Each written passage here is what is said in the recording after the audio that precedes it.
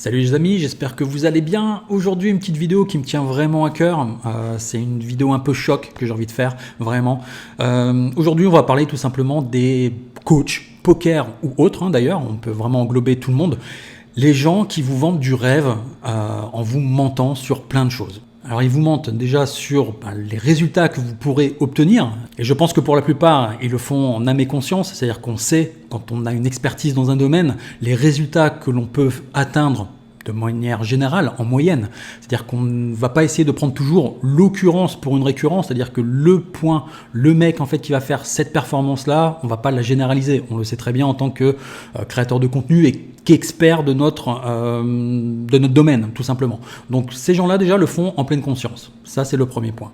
Mais ce qui est encore plus pervers, j'ai envie de dire, c'est que c'est les gens qui vous mentent sur leurs propres résultats. Et là, on est vraiment sur un gros problème de fiabilité, justement, à ce que vous disent les gens. Je ne parlerai pas du tout dans cette vidéo du fait que si en fait leur programme est bon ou pas. J'en sais strictement rien. Et c'est pas le sujet de la vidéo, c'est pas savoir si ce qu'ils vendent est bon ou pas en termes d'acquisition de compétences, d'acquisition de savoir. Peut-être que c'est très bon, peut-être que ça ne l'est pas, j'en sais rien. Moi, ce qui m'importe ici, c'est vraiment les dégâts que cela peut produire sur tous les gens qui ne vont pas atteindre les objectifs qui sont mis en avant dans la vente, dans l'énonciation de ce que vont gagner à prendre cette formation ou ce programme ou ce coaching, peu importe. Et ça, c'est vraiment problématique. Donc cette vidéo, je vais la couper en deux parties pour pas que ça soit trop long non plus sur une seule vidéo. Je vais vous donner en fait, donc là, vous voyez la première partie et la seconde partie sera disponible d'ici quelques jours.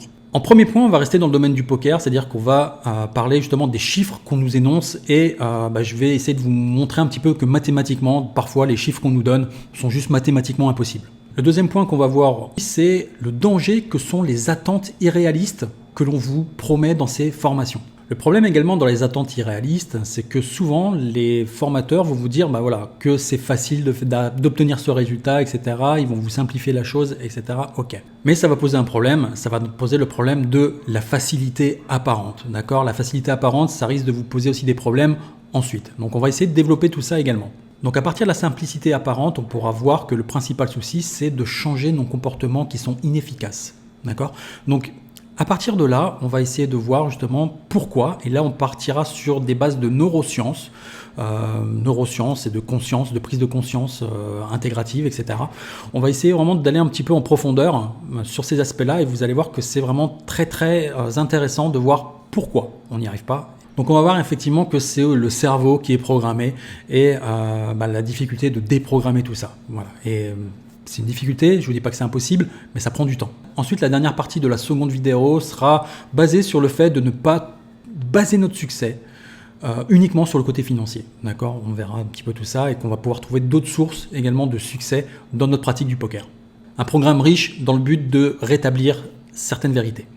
Si tu me suis depuis longtemps, tu sais que ça fait 14 ans que je suis professionnel de poker en live et tous les chiffres que j'entends, et il y a beaucoup de chiffres que j'entends qui ne reflètent absolument pas la vérité du métier. Des mythos dans le poker, on en a tous vu passer, mais à un moment donné, je pense qu'il faut arrêter de déconner, surtout quand ça vient de la part de coach. Alors, la première question, c'est combien peut-on gagner quand on est joueur professionnel de poker en live ? Je vous l'ai dit, le problème majeur du live, c'est qu'on voit très peu de mains à l'heure. Donc on a très peu de situations au final où on peut vraiment générer de l'argent. D'accord ? Il faut savoir qu'on voit 25 mains en moyenne, et encore une fois de plus, c'est une moyenne. C'est-à-dire que vous pouvez jouer 30 mains de manière générale quand vous êtes à Las Vegas, 25 mains quand vous êtes dans des endroits où il y a des croupiers corrects, et ça peut être encore plus bas quand vraiment vous avez des croupiers lents et que vous avez des joueurs lents à la table. D'accord ? Donc des fois ça peut être une vingtaine de mains maximum. Des fois ça peut même être encore un peu plus bas. Donc on va partir sur une moyenne de 25 mains. Je pense que c'est une très bonne moyenne de manière générale. Sur 25 mains, malheureusement, vous allez jouer qu'une partie des mains, puisqu'en fait le live aussi nécessite des ajustements dans le fait que vous avez également beaucoup de joueurs qui jouent, qui veulent jouer. Ils ne sont pas là pour attendre, donc vous allez vous retrouver dans des confrontations multi-way. Ce qui implique que la sélection de vos mains, si vous voulez vraiment être gagnant au poker live, elle doit être vraiment très structurée. Elle doit être structurée dans le fait que vous devez jouer des mains qui se comportent bien face à plusieurs joueurs. Ou des mains qui vous permettent vraiment de squeeze avec des bons résultats en tête-à-tête ou voire contre deux joueurs. Parce que malheureusement, des fois, il peut y avoir 2-3 joueurs qui vous collent quand même, selon les profils que vous avez en face de vous. Donc tout ça pour vous dire qu'en live, ça demande également une vraie discipline et une vraie sélection rigoureuse de vos mains pour avoir vraiment de bons résultats. Dès lors que vous commencez à avoir des mauvais résultats, que vous commencez à prendre un bad beat, que vous commencez à être un petit peu victime de la variance, le souci c'est que pour vous récupérer la somme que vous avez gagnée et engendrer en plus un bénéfice, c'est parfois très difficile. Vous n'avez pas 50 000 spots pour le faire. Les derniers mois, j'ai entendu des chiffres qui sont arrivés et auxquels je n'ai pas vraiment réfléchi au départ, pour être sincère avec vous, puisque moi, parti du principe que dans mes vlogs, dans mes vidéos, etc., je raconte absolument zéro connerie. C'est-à-dire zéro connerie dans ce que je fais, dans mes résultats, etc. C'est-à-dire que je ne grossis pas les résultats, je ne les baisse pas ni quoi que ce soit, je vous montre ce qui est réel. Donc effectivement, dans ce que les autres font, je pars du principe qu'ils font la même chose. Donc j'ai entendu des chiffres à un moment donné dans différentes vidéos où on parlait de 30 bébés, voire 40 bébés de l'heure. Donc 40 bébés de l'heure en live. Il faut savoir que, voilà, je fais partie des joueurs aux limites auxquelles je joue qui sont déjà dans le haut du panier en termes de win rate. D'accord? Donc c'est-à-dire qu'à l'heure, je gagne déjà un gros win rate. Et pour vous dire sincèrement, quand je suis venu à Aix-en-Provence en 2018 et que je partageais un peu les win rates avec d'autres joueurs pro, etc., quand on commençait à sympathiser, quand je sortais mon win rate, il y a beaucoup de joueurs pro qui remettaient en question le fait que je sois mytho ou pas. C'est-à-dire qu'à ce moment-là, j'étais pas loin de 16 big blind en fait à l'époque d'average. Et on remettait en fait en cause mon win rate parce que c'était beaucoup déjà.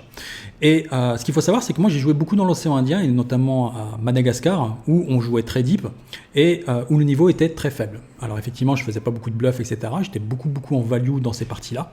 Mais j'avais un très gros win rate, c'est-à-dire qu'à l'époque, je me rappelle en fait sur Madagascar, sur ces années-là, j'étais en fait quasiment à 19 BB de win rate, d'accord, et avec un écart de niveau très gros et surtout avec des tapis très deep. C'est-à-dire qu'à des moments, je peux avoir des tapis de 400, 500 big blind, voire plus. Donc effectivement, quand vous prenez un tapis derrière de 400, 500 big blind, votre win rate, forcément, il explose, d'accord? Ça, c'est une des particularités que j'avais à Madagascar, mais qui est loin d'être généralisée dans d'autres casinos, notamment en France, ou même en fait à Las Vegas sur les plus petites limites, où on est capé au niveau des caves, d'accord? On peut mettre souvent 100 voire 200 big blind maximum. Donc ces montants-là, pour moi, en ayant un peu réfléchi justement au problème et en essayant de calculer un petit peu à quoi ça correspondait réellement, on va pas penser que la personne va raconter forcément de la merde, ou va raconter des conneries, va mitonner, etc. Donc effectivement, quand on part du principe voilà, que quelqu'un nous dit je gagne 40 big blind, on se dit ok, peut-être que c'est possible, machin, etc. Ce qu'il faut savoir, c'est que 40 big blind, c'est qu'est-ce que ça représente exactement en live, d'accord? On voit online que déjà quand on fait des win rates à 8, 9 big blind, on crush déjà pas mal en fait la limite, et on parle de 8-9 BB 100. C'est-à-dire on parle de gagner 8 à 9 BB par 100 mains jouées. Comme je vous l'ai dit, le big blind, 40 big blind par heure, ça veut dire qu'on gagne 40 big blind par 25 mains jouées, puisqu'on joue que 25 mains en une heure en live. C'est-à-dire que si vous voulez en fait faire la conversion, il va falloir multiplier par 4 ce taux-là. C'est-à-dire que le mec qui dit gagner 40 big blind en live nous dit qu'il est en train de gagner 160 big blind toutes les 100 mains.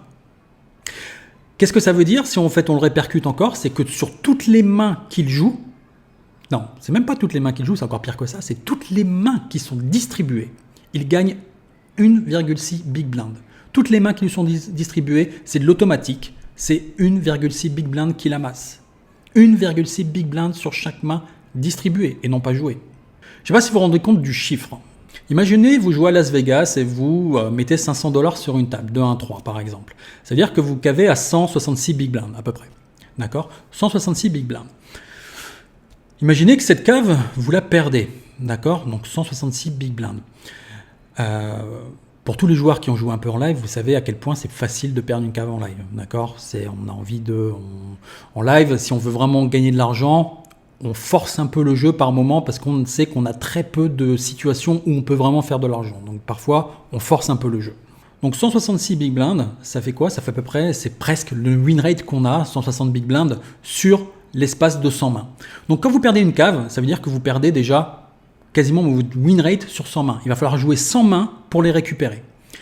Ce qui veut dire quoi? Ce qui veut dire que une fois que vous avez perdu cette cave-là, si vous voulez maintenir votre niveau de 40 big blind, maintenant vous n'êtes plus sur les 100 prochaines mains obligé de gagner 1,6 big blind par main distribuée, mais vous êtes obligé d'en gagner 3,2. C'est-à-dire que chaque main qu'on vous distribue, vous êtes obligé de gagner 3,2 big blind. Et ça pour maintenir juste votre taux horaire.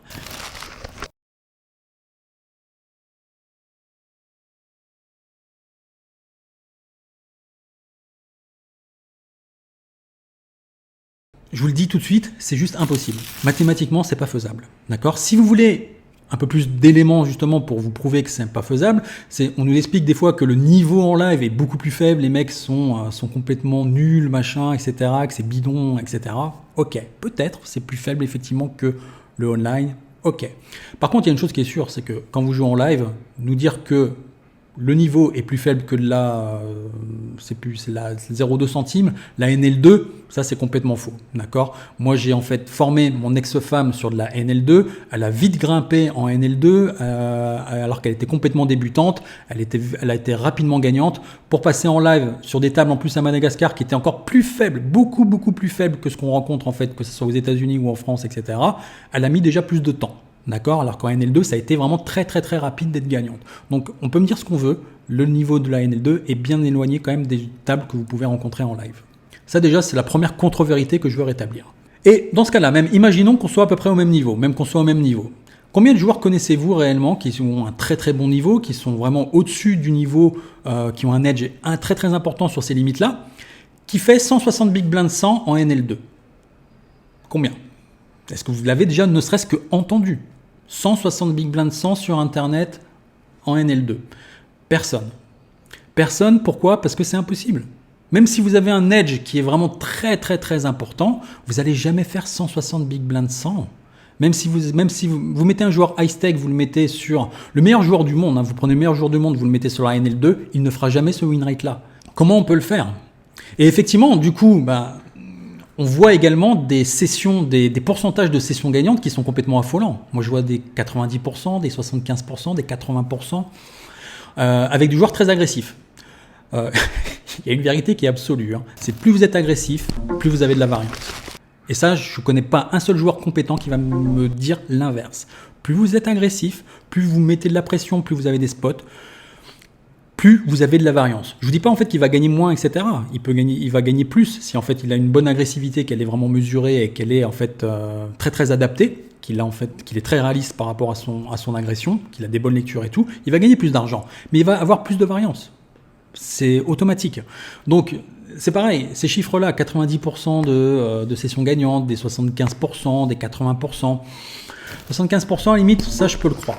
Ok, 75%. Moi en fait, voilà, par habitude, je suis à 65%. Je connais beaucoup de joueurs en fait pro qui sont dans les alentours des 60% et je l'ai beaucoup été d'ailleurs à 60% durant ma carrière. Là, j'ai beaucoup augmenté mon win rate parce que maintenant j'ai des joueurs qui payent un peu moins, donc je peux bluffer un peu plus. Voilà, c'est un peu moins n'importe quoi qu'en fait à Madagascar, où Madagascar effectivement ça payait beaucoup, donc j'avais beaucoup plus de variance.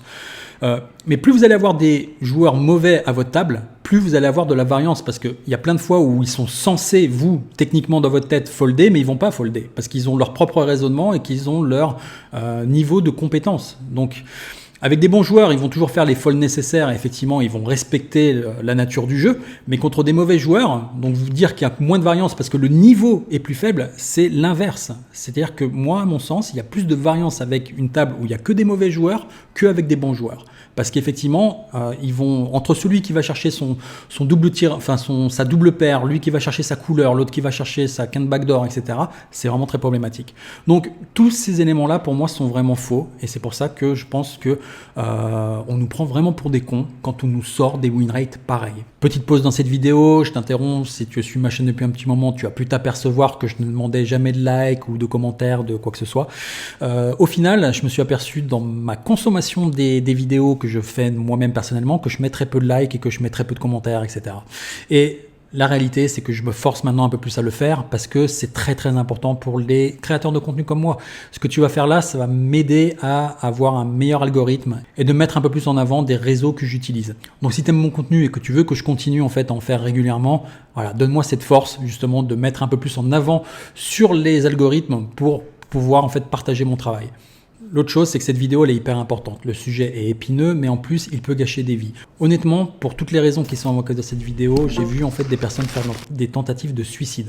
Donc vraiment, je t'invite à partager ce contenu si tu sens des personnes qui sont un peu fragiles, qui peuvent se laisser un peu berner par certaines choses. Partage cette vidéo. Parce que cette vidéo va leur permettre de mieux faire la différence entre ceux qui cherchent absolument à vendre et ceux qui cherchent vraiment à essayer d'avoir un changement profond envers les personnes. Et dans le coaching, malheureusement, il y a vraiment deux catégories de personnes différentes dans ce métier. Donc voilà, je t'invite vraiment à m'aider dans cette tâche. Je te remercie vraiment par avance et je te laisse en fait avec la suite du contenu. L'autre facteur également que je veux appuyer là-dessus, c'est que j'ai fait un petit peu une petite étude justement avec tous les joueurs pros que je connais. J'ai demandé à peu près donc à plus d'une dizaine de joueurs professionnels quel était à peu près leur win rate, etc. On communique assez aisément entre nous en fait sur les win rates. Et il s'avère qu'on est tous entre 7 big blinds de l'heure et 16 BB de l'heure pour les meilleurs. Donc on est entre 7 et 16 BB pour des joueurs pros. D'accord? Tous. J'en ai pas entendu un qui est ne serait-ce qu'à 20 ou 21 ou 22 ou 23 ou 24. D'accord? Où il a un écart en fait qui est vraiment conséquent. Effectivement, de 7 à 16 big blinds, on a déjà en fait des écarts qui sont importants. Mais c'est que des écarts de 8 big blinds, quoi, 9 big blinds. D'accord? Là, quand on nous parle de 40 big blinds, c'est-à-dire que parmi les meilleurs d'entre nous, d'accord, qui en vivons depuis, et là je vous parle de gens, dont des personnes comme moi, et 2 autres joueurs qui sont pros depuis à peu près le même temps que moi, donc qui ont plus d'une décennie d'expérience dans le poker live. Là donc l'écart majeur il est de 9 big blinds. Là entre les meilleurs donc et les chiffres qu'on entend donc 40 big blinds, il y a 24 big blinds de différence. C'est-à-dire que nous notre différence entre les plus faibles pros et les meilleurs pros, il est de 9 big blinds. Les gens qui nous disent qu'ils font 40 big blinds, ils ont 3 fois la différence du plus faible pro au meilleur pro d'entre nous. 3 fois la différence, quasiment, par rapport au meilleur. À quel moment c'est possible? Je veux bien en fait que ça soit des génies, etc. Mais à quel moment c'est possible? Donc pourquoi je vous dis à quel moment c'est possible? C'est juste qu'il y a déjà une loi. D'accord? Il y a une loi en fait vraiment qui s'applique dans beaucoup de domaines qui s'appelle la loi des rendements décroissants. Cette loi nous indique que les investissements, les apports, les efforts n'entraînent pas nécessairement une augmentation proportionnelle des résultats. On va prendre un exemple simple. Si vous commencez en fait à tirer à l'arc par exemple, le temps que vous allez devoir mettre pour toucher la cible à chaque coup va être plutôt courte. 10 minutes, un quart d'heure, ça y est, c'est fait, on n'en parle plus. Maintenant, pensez à la différence entre le temps qu'il va vous falloir pour toucher la partie rouge de la cible à tous les coups. Vous imaginez le temps qu'il faut? Vous regardez juste les champions olympiques, les machins, les heures qui passent justement pour toucher. Ils la touchent même pas à tous les coups d'ailleurs. Ils la touchent pas à tous les coups et ils mettent vraiment des années à le faire. Donc le temps et les efforts ne seront pas proportionnels pour atteindre ce résultat. Donc ceux qui n'ont aucune expérience dans le tir à l'arc et qui ne se rendent pas tout à fait compte, on va juste parler de quelque chose qui nous a tous touchés, c'est les notes que vous avez eues à l'école. Bien évidemment, si vous avez 7 de moyenne ou 8 de moyenne, ou même 10 de moyenne, passer de 10 à 12 va demander infiniment moins d'efforts que si vous avez 18 et de passer de 18 à 20. D'accord? C'est les efforts conséquents, ça sera beaucoup plus difficile et effectivement vous aurez beaucoup plus de besoin d'atteindre la perfection pour arriver à ce résultat-là. Et le contre-exemple, c'est la loi de Pareto. On dit que 20% de vos efforts donnent 80% des résultats. Et effectivement, c'est une vraie loi qui s'applique à peu près dans tous les domaines. Et cette loi, elle nous explique justement que voilà, pour arriver à des résultats corrects, au final, on n'a pas besoin de beaucoup d'efforts. Il suffit juste qu'on puisse essentialiser les choses les plus importantes et effectivement, on peut déjà atteindre des bons résultats. Mais pour la différence entre atteindre des bons résultats et atteindre des résultats exceptionnels, là, le travail est juste conséquent.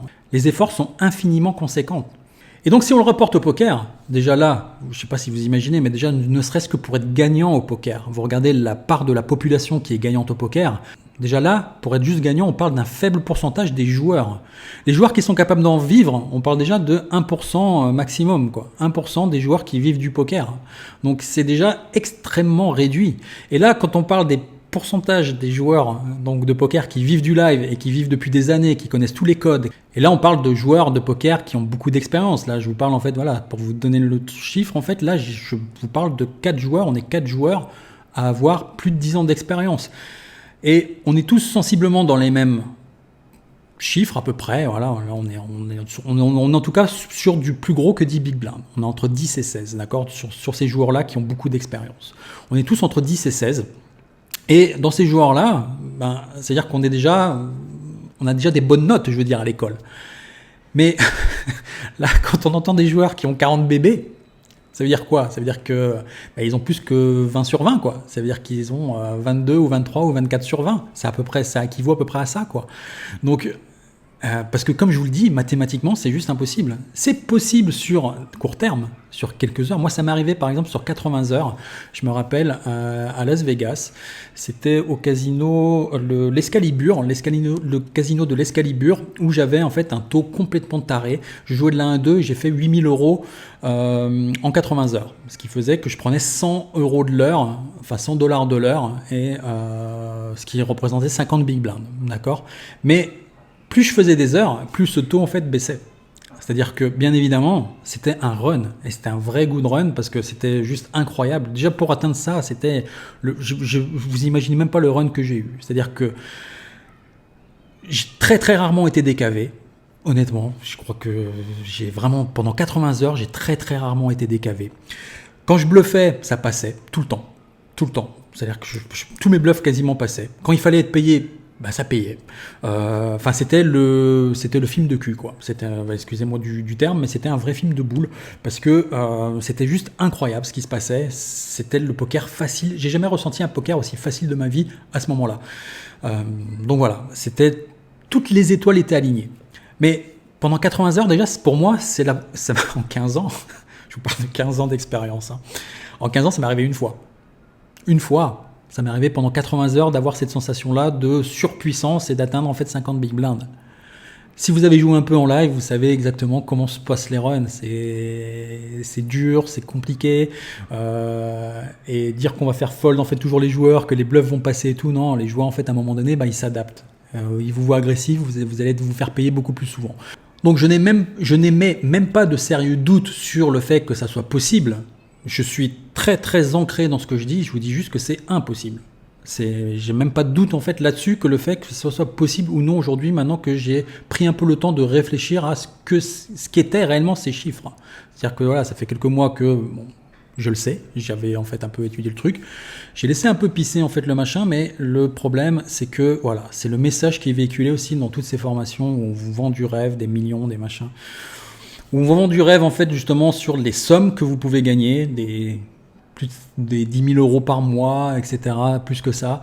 À ces limites-là, je vais vous le dire, ça va être plus que compliqué puisque actuellement, encore une fois plus, et je prends encore tous les joueurs pros que je connaisse, dans ces limites-là, je vous le dis, j'en connais pas un seul qui gagne ce 10 000 euros par mois en cash live de moyenne par an. C'est-à-dire qu'il fait pas, ça veut dire qu'on fait 120 000 euros par an sur les tables live, à moins de faire vraiment un volume de bâtard, donc faire un volume de 200 heures par mois, où là effectivement 10 000 euros ça se fait, avec 200 heures par mois ça peut se faire, mais ça veut dire que vous faites 200 heures par mois pendant un an tous les mois, quoi.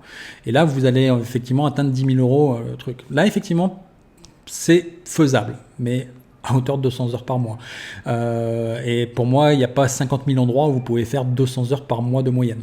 Et là, j'ai même pas parlé du REC. C'est-à-dire que le REC, selon l'endroit où vous jouez, ça va aussi vraiment beaucoup impacter le montant que vous allez gagner. C'est-à-dire que le REC, si vous jouez par exemple sur une 5-10 à Las Vegas, vous allez payer 14 $ par heure. Si vous faites 100 heures, vous allez payer 1400 $. D'accord ? Si vous commencez à jouer dans des casinos français, c'est simple, vous n'êtes pas capé sur tous les coups. Moi, j'avais calculé à l'époque, grosso modo, ça remonte à très longtemps, mais quand je jouais sur la 2-4 sur l'île de la Réunion, j'avais calculé que ça me coûtait à peu près 25 balles par heure de rec. J'avais fait en fait un calcul sur plusieurs semaines où j'avais calculé exactement précisément combien. C'est pas des chiffres en fait qui sont très précis, qui sont très voilà. Donc, on va dire à peu près voilà une moyenne. Je claquais à peu près 25 balles par heure de rec dans un casino français non capé. Quand déjà vous lâchez 25 balles de l'heure, c'est-à-dire que si vous faites 100 heures, vous claquez 2500 euros dans le mois. Alors qu'à Las Vegas, on a dit on dépensait 1400. C'est-à-dire qu'il y a déjà 1100 $ qui sont différentiels. Là, je parle par exemple pour 5-10. Enfin, là, je parle en 2-4 en plus. Parce qu'en 5-10, la vérité, c'est que les tapis sont plus gros. Donc, les pots sont plus gros. Donc, vous payez encore plus de rack. Donc là, je vous parle en plus, je prends un exemple sur du rec à 2-4. Donc en 5-10, je vous le dis tout de suite, c'est beaucoup plus cher. Moi d'ailleurs, c'est pour ça que je détestais jouer de la 5-10 aussi en France, c'est que le rec, il est juste abominable. Ça me faisait chier toujours de prendre un pot à 2000 et de devoir lâcher 80 € en fait au casino. C'est juste infâme.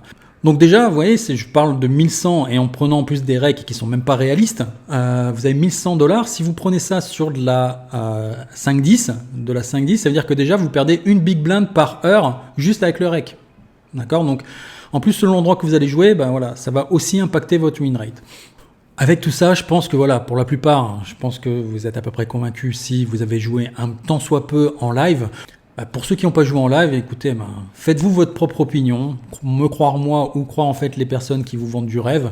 Le jour où vous allez vous confronter au live, et ça m'est arrivé plusieurs fois justement, des joueurs à Las Vegas qui venaient, qui me disaient ouais bah on peut gagner ouais bah on peut gagner en fait plus de 100 $ de l'heure sur des 1-3, etc. J'ai entendu ça qu'on pouvait gagner. Les personnes là, je les ai remises en place direct. Je dis non, ne crois pas ça, tu vas jamais arriver à ces chiffres-là.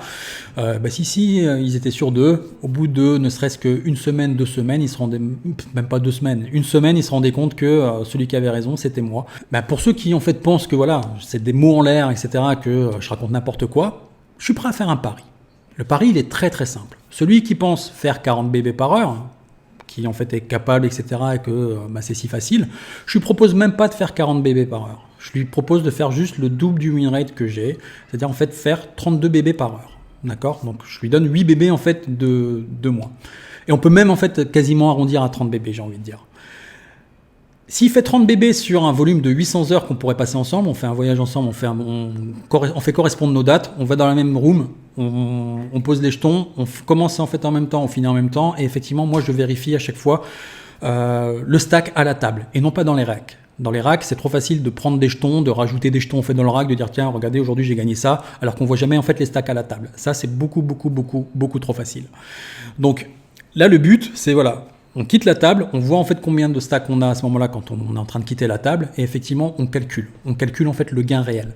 Et à ce moment-là, effectivement, si le gars fait plus de 30 bébés par heure de moyenne sur un volume de 800 heures en fait durant l'année, on peut faire le pari sur 1 an, 2 ans, peu importe. Le gars, je lui file 50 000 €. 50 000, c'est-à-dire qu'il gagne déjà 50 000 en fait tranquille juste à faire son win rate qu'il est censé faire. Même un win rate en fait 25% moindre que ce qu'il est censé faire.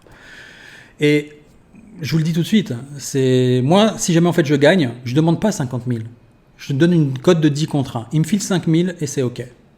C'est-à-dire que là, voilà, il prend un risque de 5 000 pour avoir ce truc et pour prouver en fait à ses dires 5 000 que je suis capable en fait de faire 30 bébés par heure. Et si jamais en fait je gagne, je prends en plus 50 000 dessus. Ça veut dire que juste à gagner ce pari-là, il prend déjà plus de 60 balles de l'heure à s'asseoir à la table. Donc c'est plutôt un pari qui est intéressant. S'il y a des personnes qui veulent faire ce pari mais que 50 000 ce n'est pas suffisant, je peux aussi demander en fait à d'autres joueurs pros qui, comme moi, pensent que ce sont des chiffres qui sont tout bonnement impossibles à atteindre. Je pense qu'ils mettront la main à la poche, tout simplement pour gagner un peu d'argent. Donc on peut parier plus cher, on peut parier 100 000. Voilà, je pense qu'il y a beaucoup de joueurs en fait qui mettront la main à la poche avec moi pour ces chiffres-là. Donc voilà, je suis tellement sûr de moi, par rapport à ces chiffres-là et par rapport en fait à toutes les lois que je viens de vous évoquer, que je vous le dis, mathématiquement, 40 bébés c'est juste impossible. Et 30 bébés, je prends pas beaucoup de risques en fait qu'ils l'atteignent ne serait-ce que 30 bébés. D'accord? Puisque, comme je vous le dis, je connais personne qui ne s'approche de ces chiffres-là. Bon, voilà pour ce côté un peu, les chiffres un peu trop gros, etc.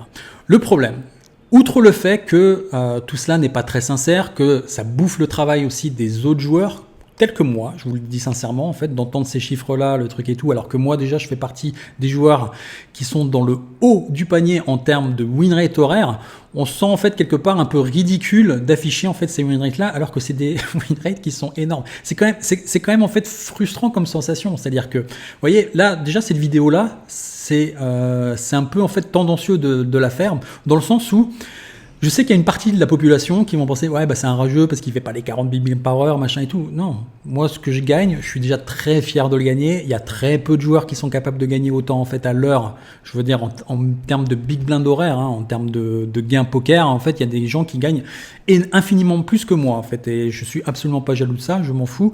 C'est moi pour vous dire, je n'ai jamais réellement travaillé en fait au poker. C'est-à-dire que moi depuis le début de ma carrière, je travaille pour avoir suffisamment pour vivre correctement et je m'arrête. C'est-à-dire que pendant des années à Madagascar, je travaillais pendant 15 jours en fait à fond correctement et ensuite j'allais en fait voyager à travers le pays. C'était ça ma réalité. C'est-à-dire que je travaillais en fait 10 jours, 15 jours et le reste du temps, je partais. C'est-à-dire que c'est pour ça que j'ai jamais fait beaucoup de volume horaire dans ma carrière. J'ai juste profité de la vie. Donc c'est pas l'argent qui était vraiment le moteur. Le moteur pour moi, l'argent, c'est juste faire ce que j'ai envie de faire, avoir une certaine liberté et gagner suffisamment d'argent pour que l'argent ne soit pas un problème. D'accord ? Quand vous gagnez déjà 4-5 000 euros par mois, l'argent n'est plus un problème au final. Vous êtes plus stressé par rapport à l'argent. Ça, c'est la première vérité. Et tout ce que vous gagnez au-dessus, au final, selon vos perceptions et selon comment vous vous ressentez, les valeurs que vous avez instaurées dans votre vie, c'est pas nécessaire pour être heureux. Donc ça, c'est le premier point. Quand vous avez des gens qui augmentent en fait le taux, qui vous disent voilà, on peut gagner ci, qu'on peut gagner ça, effectivement, pour des créateurs de contenu comme moi qui sont droits dans leur basket et qui montrent en fait les choses réelles, il y a une certaine frustration en fait qui a lieu. Parce que pour les gens qui me suivent, je ne sais pas si vous vous rappelez, mais quand j'ai commencé à faire mes vlogs, le premier truc qui est arrivé, c'est quoi ? C'est que je me suis tapé un bad run directement. Il y a un moment donné où je me suis tapé quasiment le plus bas win rate que j'ai eu sur 80 heures, je me rappelle, un truc comme ça. Et c'est vrai que dans ma vidéo de présentation, le but, c'était de dire, je vais vous faire des vlogs et je vais vous montrer de quoi je suis capable à la table. Et c'est vrai que ça, quand j'étais dans ce moment-là, je l'ai un peu mal ressenti justement sur mes vidéos YouTube parce que je me suis dit putain merde, tu ouvres ta gueule en fait, tu dis tu vas montrer de quoi tu es capable et les premiers trucs que tu montres c'est que tu es en train de lâcher en fait un billet en cash game. Donc ça n'a pas été super cool pour moi de vivre ça. J'ai même des gens dans mon entourage qui me disaient ne le mets pas, machin et tout, c'est pas vendeur. Et moi la seule chose que je rétorquais c'est que je disais non, c'est ce que j'ai envie de vous montrer, c'est la réalité en fait du poker live. Et j'ai assez confiance en mes capacités et en mon win rate et ma capacité à faire de l'argent pour remonter ou pour montrer, même si ça part mal, montrer en fait dans les mois à venir ou même les années à venir ce que je suis réellement capable de gagner. Et vous voyez, cette confiance-là, c'est parce que voilà, j'ai des milliers d'heures de data et je sais exactement combien je gagne en fait sur une table de poker. Grosso modo, dans ma tête, quand je m'assois à une table de poker, je sais que normalement je suis censé gagner en moyenne à peu près tant, d'accord, selon la mine dans laquelle je joue. Et c'est sécurisant pour moi. C'est sécurisant en fait, même si ce taux en fait il a quand même un peu baissé avec les années puisque le niveau a quand même est monté et je joue plus en fait vraiment les mêmes tables et les mêmes profils. Et surtout, voilà, c'est que je sais que dans le domaine du coaching, etc., c'est un projet que j'ai à long terme. C'est pas là pour vendre un maximum maintenant, etc., pour faire de l'argent. Je n'ai absolument pas besoin de ça. Mes gains poker me suffisent largement pour vivre correctement. C'est un processus que j'ai envie de construire sur les années. Donc, j'ai le temps et la confiance aussi, je sais qu'elle viendra d'ici. Sur en fait le fait que ce que je vous montre et ce que je dis, c'est ce que je fais, ce que j'applique et ce qui se passe en réalité. Et ça, c'est important en fait pour moi, c'est mes valeurs. Et l'autre aspect en fait que j'ai pris en compte également, c'est que si je commence à vous raconter des conneries, comme en fait d'autres personnes pourraient le faire, le problème c'est que ça va vous créer des attentes qui sont irréalistes. Et là, c'est le gros souci.